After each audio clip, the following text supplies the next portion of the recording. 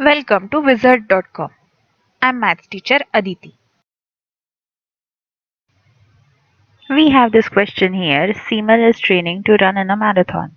If he runs 9 kilometers every day, then the total distance he covered in the month of November is.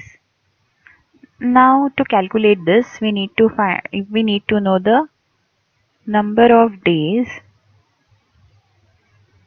in November. That is equal to 30. Therefore,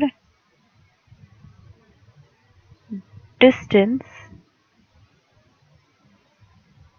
he ran in November, since he ran daily, so that will be equal to 30 multiplied by 9, which is equal to 270 kilometers. So he ran 270 kilometers in the month of November. This is the answer.